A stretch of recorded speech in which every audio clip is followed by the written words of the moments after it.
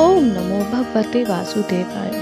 क्या आप जानते हैं एक ऐसी एकादशी भी है जिसका व्रत करने से स्वयं माँ लक्ष्मी सदा आपके घर में वास करती हैं। कहा जाता है जो इस दिन उपवास रखता है उसके जीवन में दरिद्रता और दुर्भाग्य सदा के लिए समाप्त हो जाता है। यह वही एकादशी है जिसमें स्वयं भगवान विष्णु के शत्रु का अंत किया था और जिसका नाम सुनते ही सभी पाप भाग खड़े होते हैं। हाँ, यही है रमा एकादशी। आज हम सुनेंगे इस पावन व्रत की उत्पत्ति, इससे जुड़ी अद्भुत कथा और इससे चमत्कारी फल, जिन्हें सुनकर आपका मन भक्ति भाव से भर जाएगा। हिंदू धर्म में एकादशी का विशेष महत्व माना गया है। हर महीने में 2 बार एकादशी का व्रत पड़ता है। कार्तिक मास के कृष्ण पक्ष में पड़ने वाली एकादशी को रमा एकादशी के नाम से जाना जाता है। यह व्रत माँ लक्ष्मी और श्री हरि भगवान विष्णु को समर्पित होता है। इस दिन व्रत रखने और भगवान विष्णु की पूजा करने से जीवन में सुख समृद्धि आती है। रमा एकादशी का व्रत दिवाली से पहले पड़ता है और महालक्ष्मी जी की पूजा के लिए अत्यंत शुभ माना जाता है। आइए जानते हैं रमा एकादशी की संपूर्ण व्रत कथा। ग्रंथों के अनुसार भगवान श्री कृष्ण ने धर्मराज युधिष्ठिर को रमा एकादशी के बारे में कहा था कि यह एकादशी कार्तिक मास के कृष्ण पक्ष की दिवाली के 4 दिन पहले पड़ती है, जिसे रंभा या रमा एकादशी के नाम से भी जाना जाता है। यह व्रत सच्चे मन से व्रत करने से वाजपेयी यज्ञ के बराबर फल मिलता है। यह एकादशी सबसे शुभ और महत्वपूर्ण मानी जाती है। यह एकादशी भगवान श्री विष्णु को सभी व्रतों में सबसे अधिक प्रिय है और यह पुण्य कार्य का संचय करने के लिए बहुत महत्वपूर्ण मानी गई है। पद्म पुराण के अनुसार जो मनुष्य सच्चे मन से इस एकादशी का व्रत उपवास रखता है उसे वैकुंठ धाम प्राप्त होता है और जीवन के समस्त समस्याओं से मुक्ति मिलती है। इस दिन भगवान श्री विष्णु और माता लक्ष्मी जी का साथ में पूजन किया जाता है। हिंदू धर्म में यह एकादशी इसलिए भी अधिक महत्वपूर्ण मानी गई है क्योंकि श्री हरि विष्णु की पत्नी देवी लक्ष्मी का नाम रमा भी है। अतः यह एकादशी विष्णु जी को अधिक प्रिय है। मान्यता है कि इस एकादशी का व्रत करने से मनुष्य सभी सुखों और ऐश्वर्य को प्राप्त करता है। अतः दिवाली से पूर्व आने वाली कार्तिक मास की कृष्ण पक्ष की एकादशी के दिन से ही धन की देवी माता लक्ष्मी जी को प्रसन्न करने का सिलसिला शुरू हो जाता है। धर्मराज युधिष्ठिर कहने लगे कि हे भगवान, कार्तिक मास कृष्ण पक्ष की एकादशी का संपूर्ण विस्तार सुनाइए। तब श्री कृष्ण जी कहने लगे, इसका माहात्म्य मैं तुमसे कहता हूँ, ध्यान पूर्वक सुनो। हे राजन, प्राचीन काल में मुचकुंद नामक एक राजा था। उसकी इंद्र के साथ मित्रता थी और साथ ही यम, कुबेर, वरुण और विभीषण भी उसके मित्र थे। यह राजा बड़ा धर्मात्मा, विष्णु भक्त और न्याय के साथ राज्य करता था। उस राजा की एक कन्या थी जिसका नाम था चंद्रभागा। उस कन्या का विवाह चंद्रसेन के पुत्र शोभमन के साथ हुआ था। एक समय वह शोभमन ससुराल आया। उन दिनों जल्दी ही पुण्यदायिनी एकादशी रमा भी आने वाली थी। जब व्रत का दिन समीप आया तो चंद्रभागा के मन में अत्यंत सोच उत्पन्न हुआ कि मेरे पति अत्यंत दुर्बल हैं और मेरे पिता की आज्ञा अति कठोर है। दशमी को राजा ने ढोल बजवाकर सारे राज्य में यह घोषणा करवा दी कि एकादशी को भोजन नहीं करना चाहिए। ढोल की घोषणा सुनते ही शोभन को अत्यंत चिंता हुई और अपनी पत्नी से कहा कि हे प्रिय, अब क्या करना चाहिए? मैं किसी भी प्रकार भी भूख सहन नहीं कर सकूंगा। ऐसा उपाय बताओ कि जिससे मेरे प्राण बच सकें, अन्यथा मेरे प्राण अवश्य चले जाएंगे। चंद्रभागा कहने लगे कि हे स्वामी, मेरे पिता के राज्य में एकादशी के दिन कोई भी भोजन नहीं करता। हाथी, घोड़ा, ऊंट, बिल्ली, गौ आदि भी तृण अन्न जल आदि ग्रहण नहीं कर सकती, फिर मनुष्य का तो क्या ही कहना। यदि आप भोजन करना चाहते हैं तो किसी दूसरे स्थान पर चले जाइए, क्योंकि यदि आप यहीं रहना चाहते हैं तो आपको अवश्य व्रत करना पड़ेगा। ऐसा सुनकर शोभन कहने लगा कि हे प्रिय, मैं अवश्य व्रत करूंगा, जो भाग्य में होगा वह देखा जाएगा।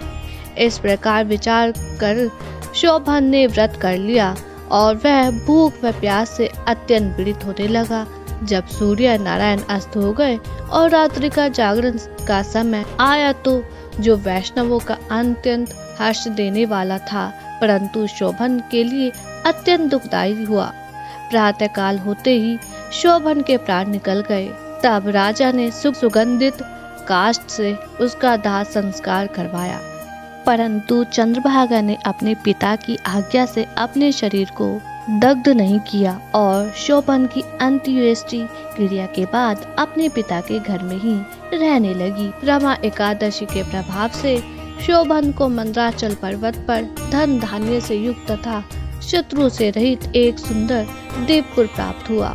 वह अत्यंत सुंदर रथ और वेदीय मणि जटिल स्वर्ण के खंभों पर निर्मित अनेक प्रकार की स्टील मणियों से सुशोभित भवन में बहुमूल्य वस्त्रभूषण तथा छत्र व चवर से विभूषित गंधर्व अप्सराएं से युक्त सिंहासन पर आरूढ़ ऐसा शोभामान होता था, मानो दूसरा इंद्र विराजमान हो। एक समय मुचकुंद नगर में रहने वाला एक सोम शर्मा नामक ब्राह्मण तीर्थ यात्रा करता हुआ घूमता घूमता उधर जा निकला और उसने शोभन को पहचान कर कि यह तो राजा का जमाई शोभन है, उसके निकट गया। शोभन की उसे पहचान कर अपने आसन से उठकर उसके पास आया और प्रणाम आदि करके कुशल प्रश्न किया। ब्राह्मण ने कहा कि राजा मुचकुंद और आपकी पत्नी कुशल से हैं। नगर में सभी प्रकार से कुशल है, परंतु हे राजन, हमें आश्चर्य हो रहा है कि आप अपना वृतांत कहिए कि ऐसा सुंदर नगर जो न कभी देखा न सुना आपको कैसे प्राप्त हुआ। तब शोभन बोला कि कार्तिक कृष्ण की रमा एकादशी का व्रत करने से मुझे यह नगर प्राप्त हुआ है, परंतु यह अस्थिर है। यह स्थिर हो जाए ऐसा उपाय कीजिए। ब्राह्मण कहने लगा कि हे राजन, यह स्थिर क्यों नहीं है और कैसे स्थिर हो सकता है, आप बताइए, फिर मैं अवश्य ही उपाय करूँगा। मेरी इस बात को आप मिथ्या ना समझिए। शोभन ने कहा कि मैंने इस व्रत को श्रद्धा रहित होकर किया है, अतः यह सब कुछ स्थिर अस्थिर है। यदि आप मुचकुंद की कन्या चंद्रभागा को यह सब वृतांत कहें तो यह स्थिर हो सकता है।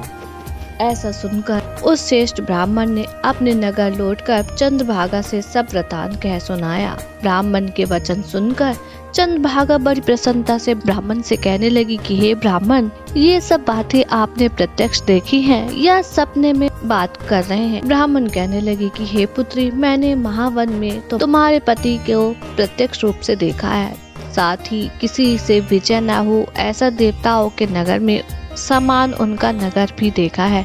उन्होंने यह भी कहा है कि यह स्थिर नहीं है। जिस प्रकार वह स्थिर रह सके सो उपाय करना चाहिए। चंद्रभागा कहने लगी, हे विप्र, तुम मुझे वहाँ लेकर चलो।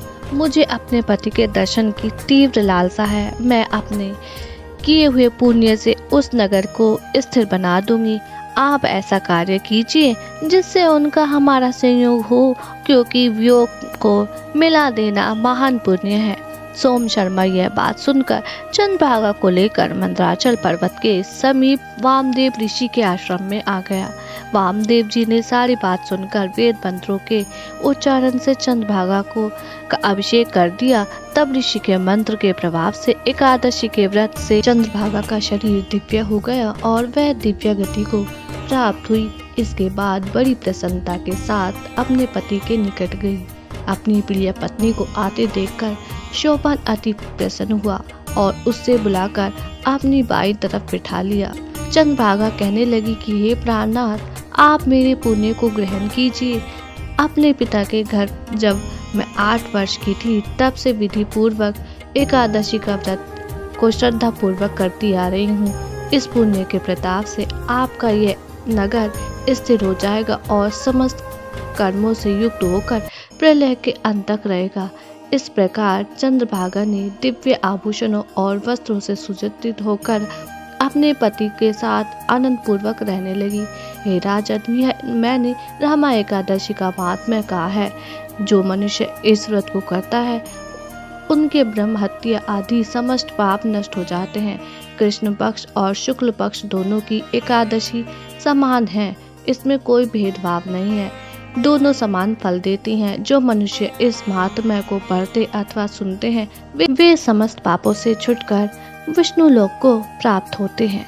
तो भक्तों, रमा एकादशी का व्रत केवल एक तिथि नहीं, यह एक भाव है, भक्ति का, विश्वास का और आत्मा की मुक्ति का। तो इस एकादशी रमा एकादशी की व्रत कथा अवश्य सुने। अगर आपको आज की वीडियो पसंद आई हो तो हमारे चैनल को सब्सक्राइब करना ना भूलें। वीडियो को लाइक करें, शेयर करें। जय श्री हरि।